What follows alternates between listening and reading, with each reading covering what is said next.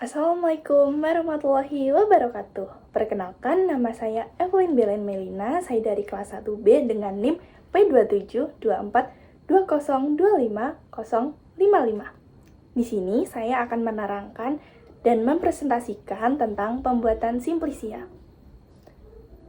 Nah, untuk pengertian simplisia sendiri, menurut Farmakope Indonesia, simplisia merupakan bahan alam yang digunakan sebagai obat yang belum mengalami pengolahan apapun kecuali dinyatakan lain. Umumnya berupa bahan yang telah dikeringkan. Untuk selanjutnya,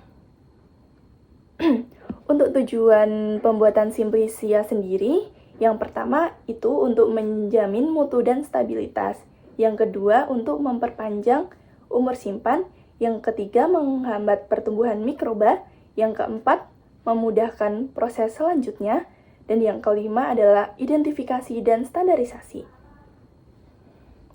Nah, untuk slide selanjutnya yaitu ada tahap-tahap dalam pembuatan simplisia. Yang pertama ada pengumpulan bahan baku. Kualitas dan jumlah senyawa aktif dalam simplisia dapat bervariasi, berupa faktor yang mempengaruhinya meliputi bagian tanaman yang dipakai, kayak daun, akar, kulit batang, dan lain-lain. Yang kedua ada usia tanaman atau usia bagian yang dipanen. Yang ketiga ada waktu pemanenan. Dan yang terakhir ada kondisi lingkungan tubuh seperti tanah, iklim, dan lain-lain. Untuk slide selanjutnya pada tahap kedua yaitu ada sortasi basah. Pada tahap ini bahan yang baru dipanen dipilih dan dibersihkan dari berbagai kotoran, seperti kotoran dari tanah, rumput liar, kerikil, atau bagian tanaman yang sudah rusak. Tujuannya itu untuk menyingkirkan semua bahan asing dan hanya tersisa bagian tanaman yang benar-benar digunakan untuk proses pembuatan simplisia tersebut. Nah, untuk tahap yang ketiga yakni pencucian. Bahan yang telah disortasi kemudian dicuci menggunakan air bersih. Proses pencucian penting untuk menghilangkan debu, tanah, dan sisa kotoran yang masih menempel pada permukaan simplisia. Tahap ini memastikan bahan benar-benar bersih sebelum masuk proses yang selanjutnya.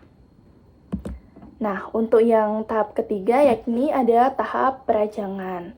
Beberapa jenis simplisia perlu dipotong menjadi bagian yang lebih kecil. Tujuan dari perajangan sendiri yaitu untuk mempercepat proses pengeringan, mempermudah pengepakan, dan mempermudah proses penggilingan untuk nantinya.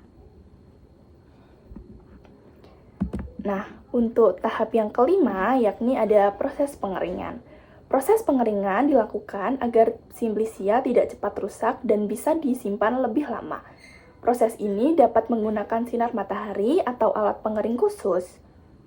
Selama pengeringan, beberapa hal harus diperlihatkan dan diperhatikan. Yang pertama seperti suhu, kelembapan, aliran udara, waktu pengeringan, serta luas permukaan bahan yang terkena udara. Untuk suhu pengeringan sendiri biasanya berkisar pada suhu 30 derajat atau sampai 90 derajat. Untuk selanjutnya yaitu ada pada tahap ke-6, yakni sortasi kering. Setelah kering, bahan simplisia kemudian diperiksa. Pada tahap ini juga, sisa kotoran atau bagian tanaman yang tidak perlu dapat dipisahkan. Ini juga merupakan langkah akhir untuk memastikan kualitas simplisia sebelum dikemas. Yang terakhir ada bagian pada tahap pengemasan. Simplisia yang sudah siap dikemas untuk melindunginya dari kerusakan selama penyimpanan, transportasi, dan distribusi. Bahan pengemas dapat berupa kertas, plastik, kayu, rami, kaca, porselen, atau kaleng. Untuk syarat-syarat bahan kemas sendiri harus bersifat yang pertama itu netral, yang kedua itu dapat melindungi dari kerusakan, dan yang ketiga itu mampu mencegah kerusakan fisiologis. Dan yang terakhir, mudah digunakan dan tidak terlalu berat. Sekian dari presentasi yang dapat saya presentasikan. Kurang lebihnya mohon maaf. Wassalamualaikum warahmatullahi wabarakatuh. Terima kasih.